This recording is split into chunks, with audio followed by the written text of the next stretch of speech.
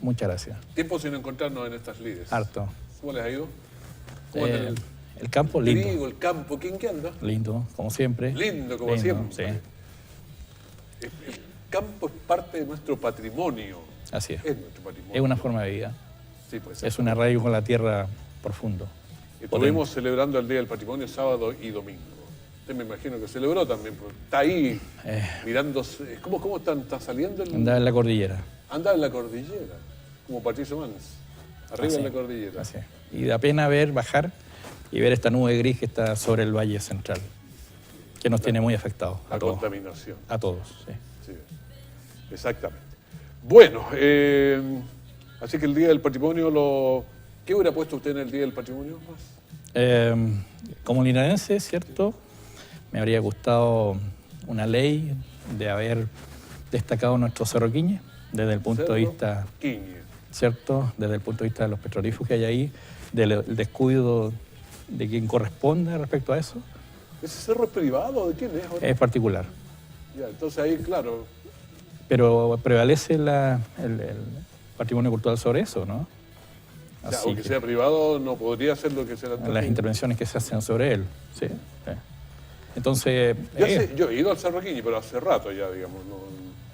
El árbol todavía está arriba, es que el árbol es lo menos interesante, o sea, la cantidad de los petroglifos que hay en el cerro por todos lados. Es importantísimo. Tengo la dicha de conocerlo. Yo también he ido al Cerro Quiñe, pero hace rato, digamos. Y da pena ver cuando alguien le pone un grafiti. Cuando le pone, empiezan a escribir en el árbol, ahí, cariño. O en las piedras, En las piedras, sí. Así es. Creo que es identificatorio. Nuestra provincia tiene mucho patrimonio desde ese punto de vista, en todos lados, ¿cierto? Hay mucho petrolífero en nuestra zona. ¿Y en el Cerro de Mesa Mavia habrá también o no? No sé. Es tan plano, parece una mesa, parece una mesa Mavia. Sí. Carretón parece que se llama ese. Carretón. Ya. Guayquivilo. La semana pasada con motivo de la falla, ya. Guayquivilo, ¿cierto? Guayquivilo. Los Baños de la Gloria, Cajón de los Patos. No, es Hay impresionante. harto, Hay mucho. Ayer hicimos un programa estábamos con la señora Isabel Aravena conversando de estas cosas. No sé si lo escuchó. Sí. ¿Sí? ¿Se escuchó? Ya, estábamos hablando, pero hablamos más básicamente de lo que fue la obra famosa, que era la Pérgola de las Flores, pero nos quedamos en ese detalle, pero tenemos muchísimo más para hacer aquí. Sí, una obra importantísima. Voy a destacar, siendo de Villa Alegre, había un coro en Villa Alegre de personas adultas que hace años recorrió el país interpretando esta obra y fueron reconocidos. Así que un homenaje para ellos que ¿Quién el coro dirigía? ¿Recuerda algo más o no? No me acuerdo. No me acuerdo ya, no pero, me acuerdo. Pero era.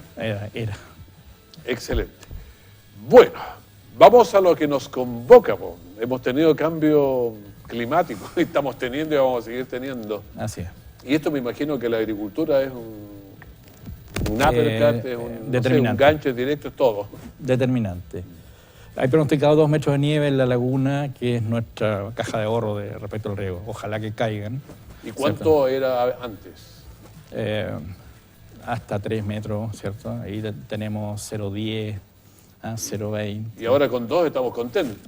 O sea, debería. Si nos caen 2 estamos contentos. Exactamente, porque la nieve es la que nos dura. Claro. Cuando nuestra necesidad de riego es la mayor, en enero y febrero, esa es la que prevalece. ¿Y la laguna, el Maule, cómo está ahora de nieve, de agua, digamos? No tiene agua, o sea, está con poquísima agua, alrededor de 400 millones, siendo 1.100 lo importante. Falta harto ahí. Bueno, todos los cambios climáticos son brutales y se nos está cayendo menos agua, entonces se nos va corriendo. Incluso ahora varios fenómenos meteorológicos empiezan a aparecer porque no eran propios de esta zona, eran de otras partes. Bueno, teníamos generalmente, me acuerdo que para el 21 de mayo llovía, el desfile siempre llovía. Con lluvia y mucho frío, normalmente. Así es. Y ahora vemos estas lluvias tímidas que han habido, nada aporte, pero bueno, algo ayuda al tema. Yo hice muchísimas veces maestro de ceremonia para el 21 de mayo y para el 23, y claro, uno va con chaqueta y camisa y hace un frío, pero ahora sale.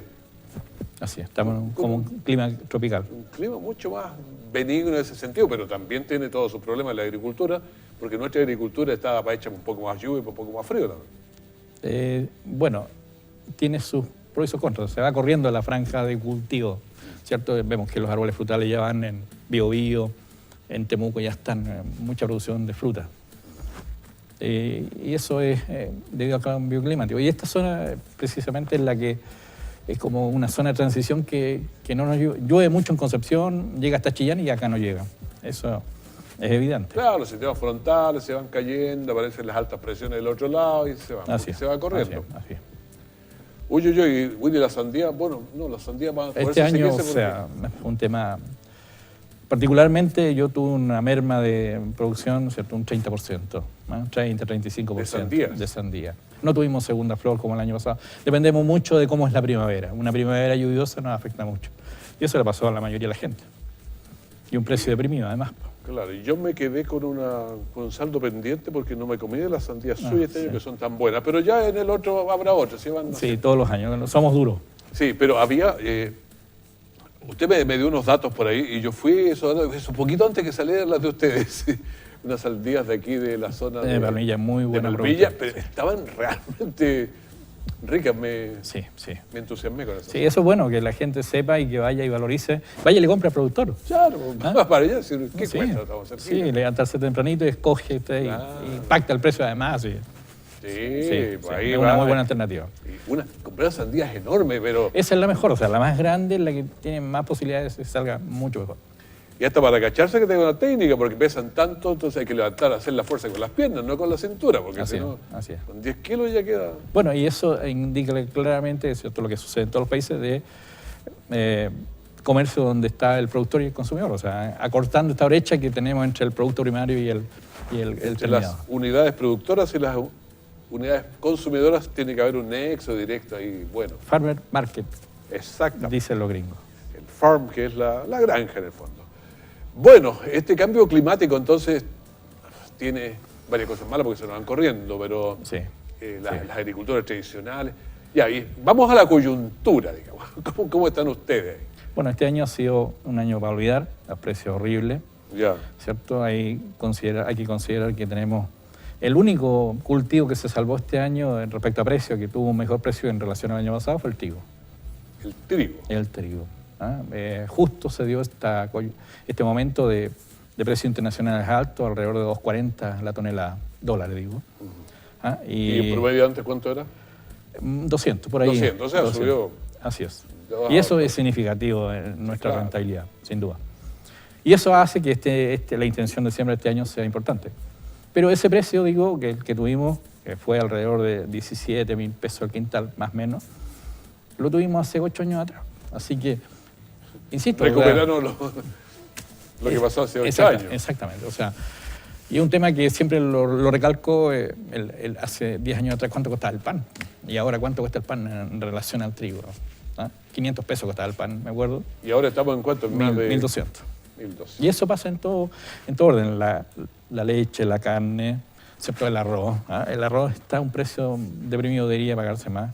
El maíz horrible, o sea, hay productores que, no sé, le están tirando la cadena, ya es muy complejo. Así no se puede. Así es, no es menor producción. La primavera lluviosa afecta también en términos de producción.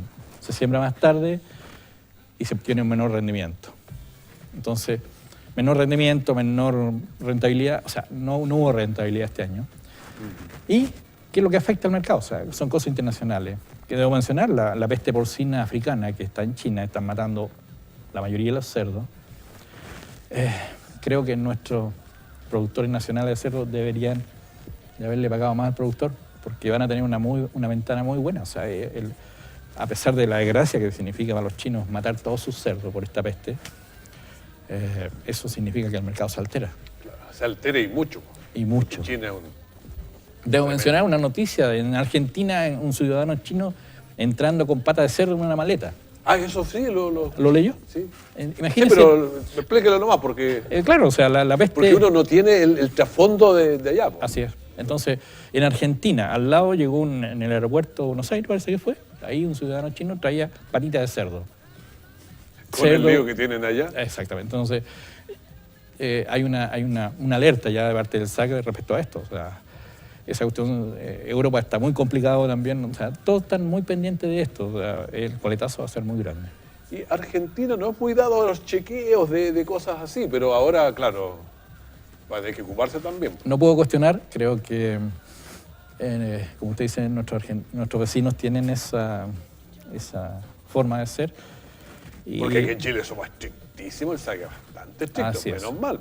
Así es, pero ya se le están abriendo puertas a nuestros vecinos argentinos respecto al vacuno, por ejemplo. Pueden traer vacuno en pie del sur de Río Negro a Chile. Y eso, desde el punto de vista ganadero nuestro, ellos están libres de fiebre aftosa con vacunación. Entonces eso significa un riesgo para nosotros. Riesgo, parece que el comercio prevalece ante todo. Así que ahí no hay moneda que vaya a afectar, ¿cierto?, esas decisiones políticas o gubernamentales.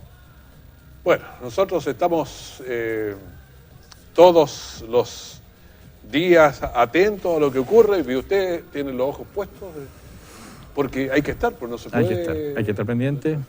Y bueno, yo creo que dedicado a la agricultura tradicional hacemos lo mismo de siempre. O sea, a pesar de todo, el ver salir el trigo, yo ya tengo trigo que está saliendo, una maravilla poder ver un potrero con el trigo. Es tan lindo porque el verde que tiene es espectacular. Así es. Entonces, está chiquitito, entonces parece un pradito. Es el resultado, ¿cierto?, de un trabajo que, a pesar de que es una lotería, y debo mencionar que el precio para este año no va a ser el que tuvimos el año pasado.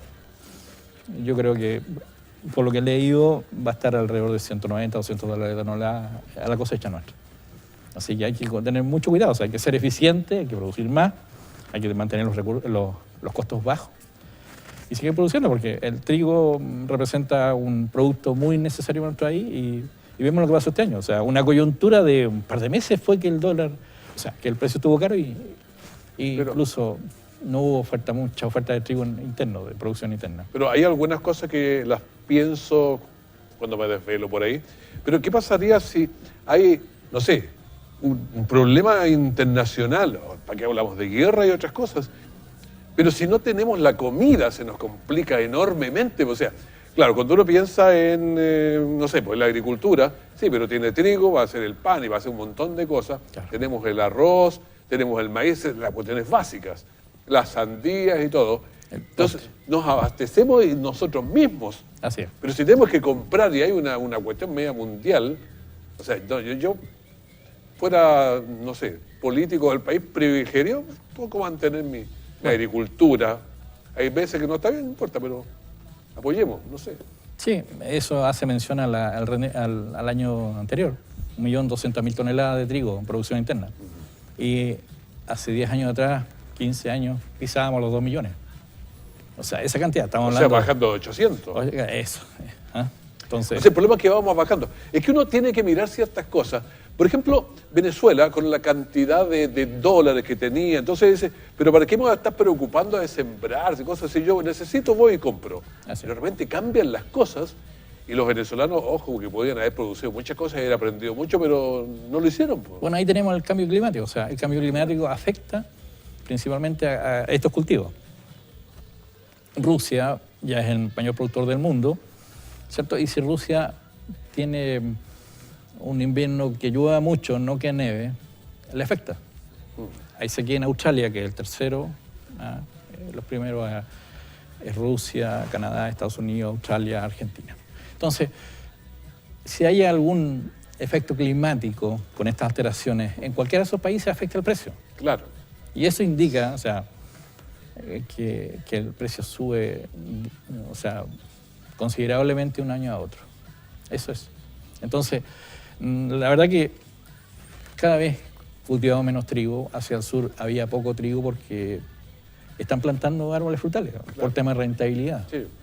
Se dedicaron al RAP para producir aceite, que es más rentable. Entonces, se van dejando estas cosas que tradicionalmente abastecían el mercado interno y era, como decimos en el campo, el sustento diario. No, yo haría varias cosas, es cierto, puedo mirar, producir, ponerle valor agregado, pero hay algunas cosas como la agricultura que yo creo que deberíamos mantenerlas bastante bien en la alimentación. Yo recuerdo cuando hubo unos problemas de gas hace, no sé, unos 5 o 6 años, no sé cuánto, Argentina, la conversación, conversaba con un senador que estaba en la negociación. Y viene el presidente de Argentina, dijo, o esto o les corto, dijo. Y con una prepotencia que nos dijo, o les corto el gas. Dijo, ahora hay que decir, a ver, conversemos, pero tenemos que bajar la voz al tiro, dijo. Entonces, acá de repente, imagínense, si dependemos del trigo ajeno, nos dicen, ¿sabe, oso o no le mando trigo? Y hay que... Hubo un momento en que Argentina compró trigo, hace 5 años atrás. No tenían trigo. Siendo ¿Ah? Argentina. O sea, con la cantidad. lo absurdo que eso significa. Bueno, y respecto a abuso de poder, el ministro de Agricultura de Brasil, cuando se dio esta carne podrida que estaba vendiendo Brasil, ¿cierto? Se dio y Chile le cerró y le mandó una amenaza a nuestro gobierno de que si no le recibíamos la carne no nos recibían las manzanas. Y hasta ahí llegó el guapeo, digamos. Claro. Entonces, o sea, es así la regla del juego ahora, pero los países desarrollados, uno dice, España, siendo considerablemente menor en espacio, tiene un cultivo de trigo. Francia, el principal productor de Europa, un país tan desarrollado como Francia, tiene trigo de excelente calidad. Este es un mercado más exquisito en calidad.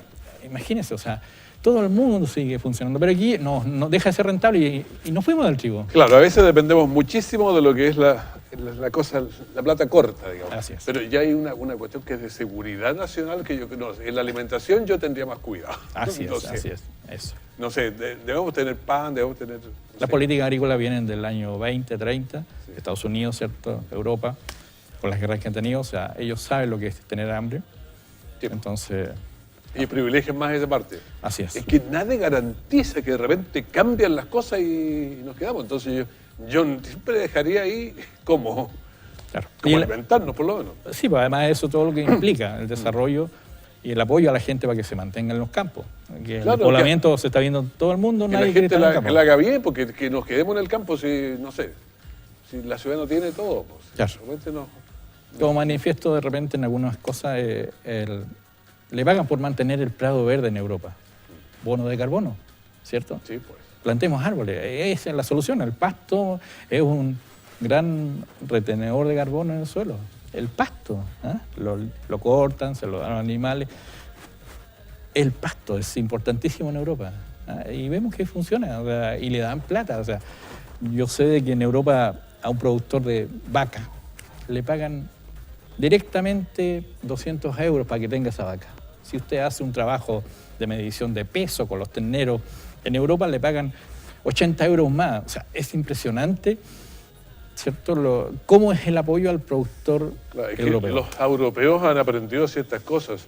En cualquier ciudad, no sé, de Europa no ve un pájaro, o sea, un pájaro más grande, gorriones chicos, pero todo el día conversaba con un italiano que andábamos aquí este año nomás, decía, pero estas lechuzas, todos estos tigres que ustedes les molestan, allá no los vemos nunca, no están.